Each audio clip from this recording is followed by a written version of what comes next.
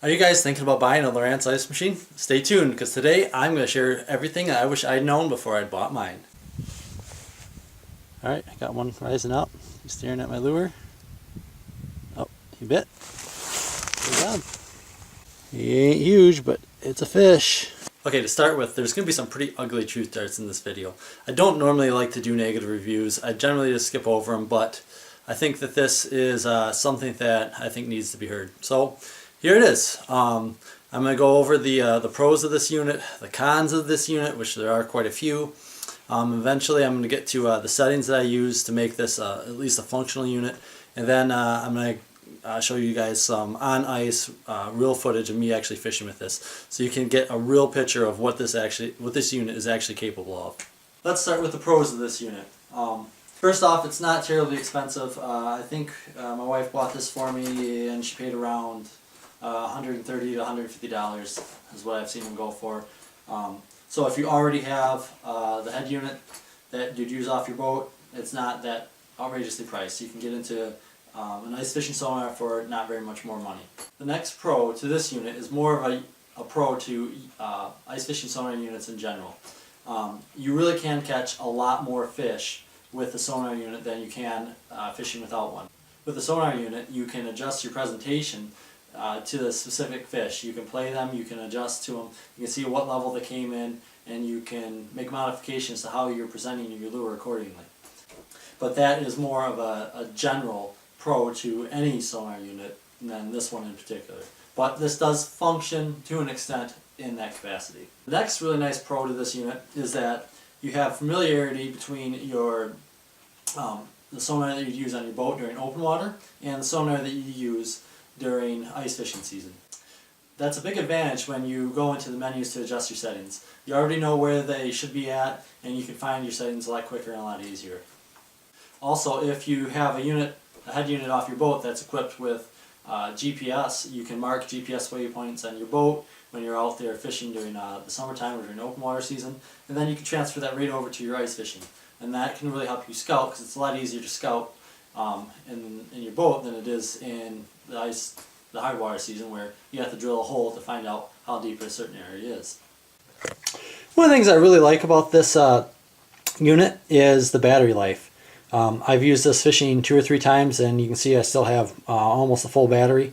One thing I don't like about it though is that once this gets down to about half battery life, it's dead. This unit, this little graphic that they give you is not calibrated correctly. It goes through green, as you can see now, yellow when it's supposed to be half dead, and then red when it's going to go dead.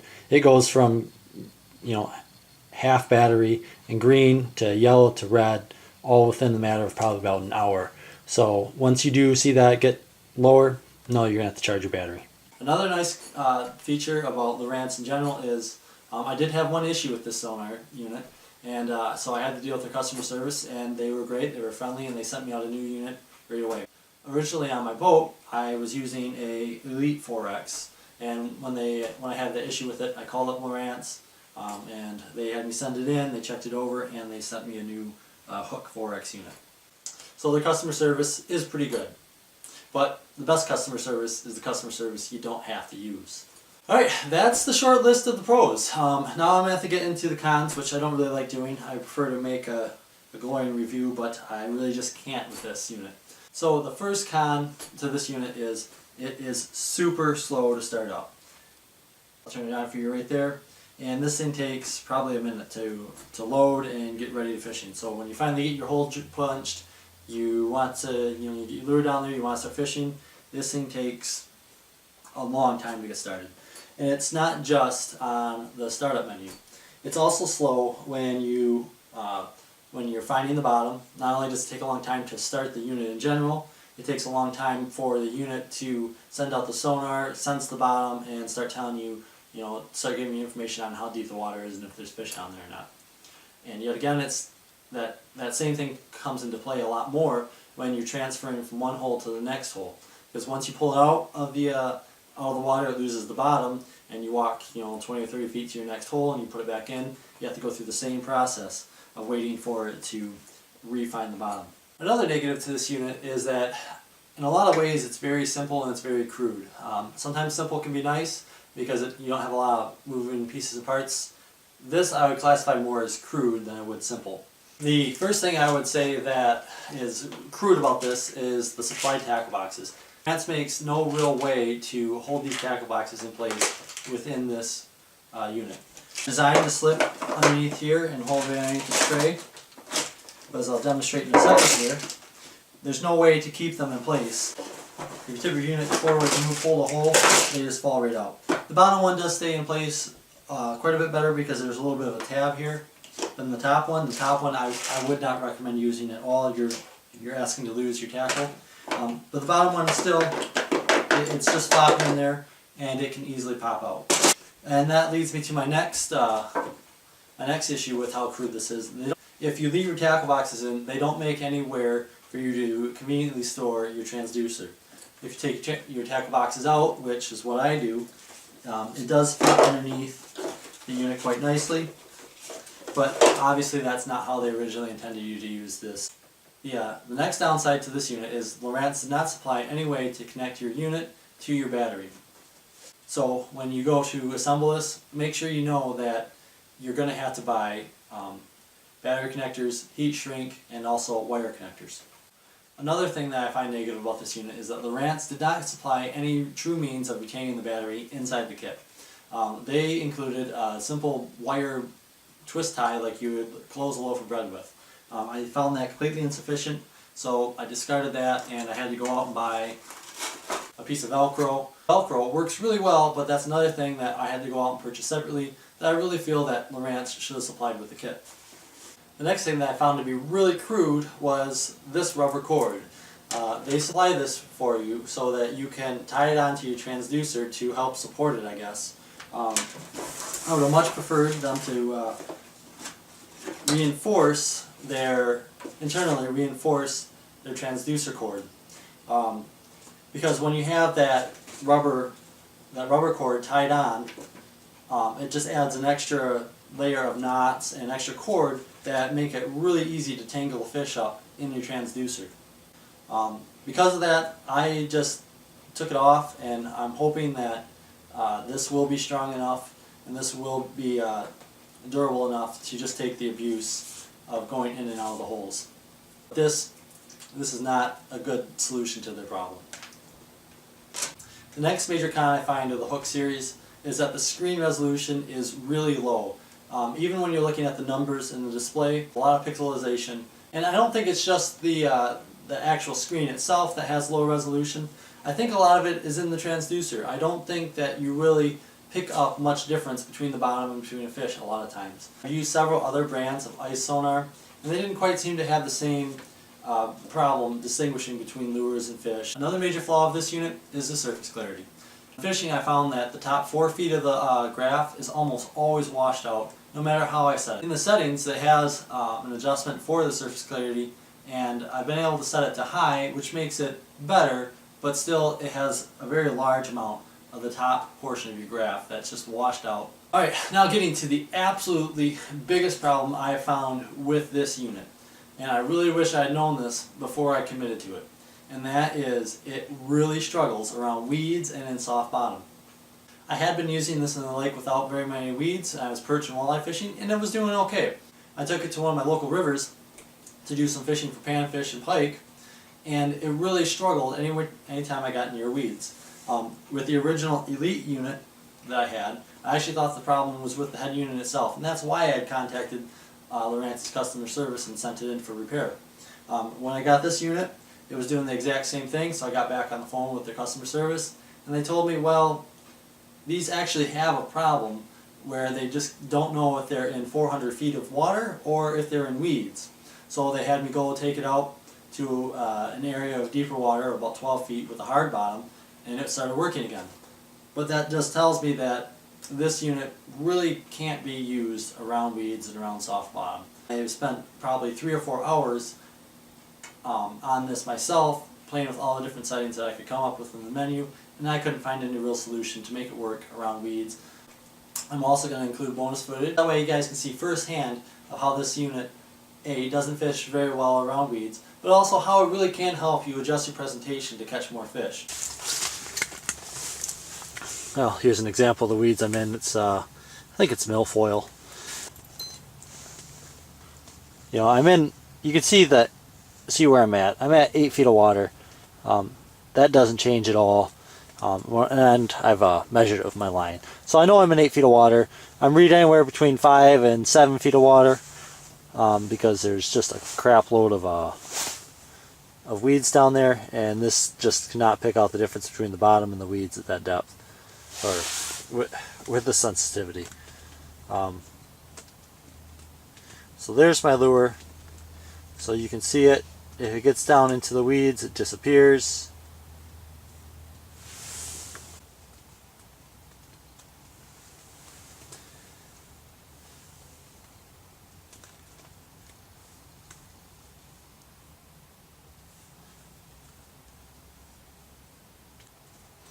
Alright, hope that helps. Have a good day.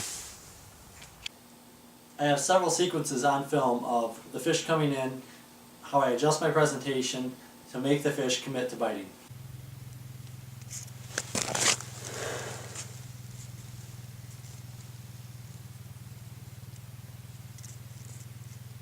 Oh, that's a nice mark.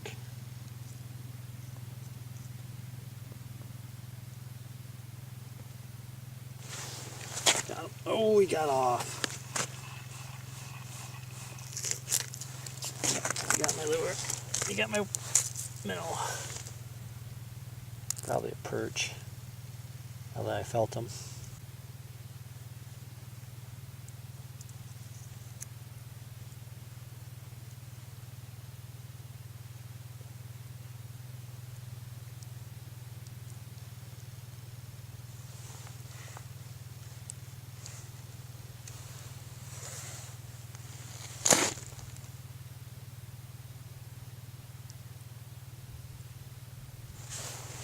Got that one though. Got that one though.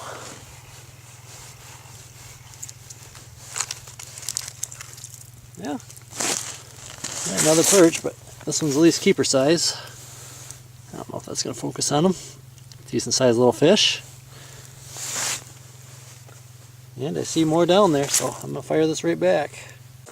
Alright, let's get at this and so I can show you what settings I use. Alright, first off, you hit your menu button. Auto sensitivity I have on. Range I set to a couple feet deeper than what the bottom is. Frequency I like the high chirp. Ping speed I like fastest. Sonar options. Noise reduction I like on high. Surface clarity I also like on high. Split screen I do like to have to zoom in 2x and regular. Split flasher, I don't think I've ever done that. Oh, and that would give you your standard little pinwheel, like if it was a Vexlar or something. I haven't really experimented too much with that. I like the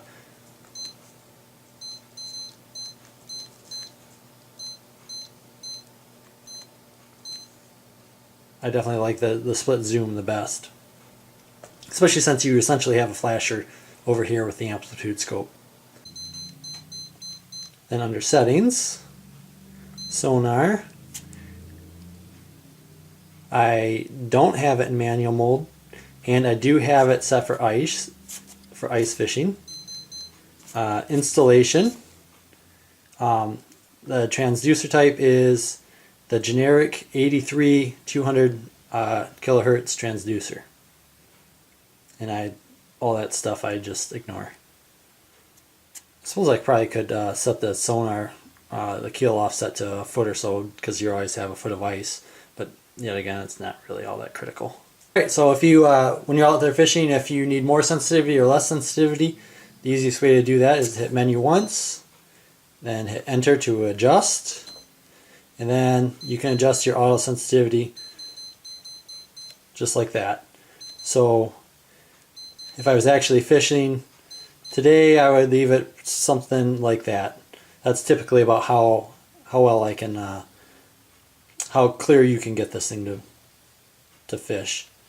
This is the setting that I normally would fish on, since I'm just reading the floor right now. I'm getting a lot of echoes and static and stuff. Under pages, you hit your page button here. This would be 2x zoom. How I do normally fish it is high chirp on one side and 2x zoom on the other.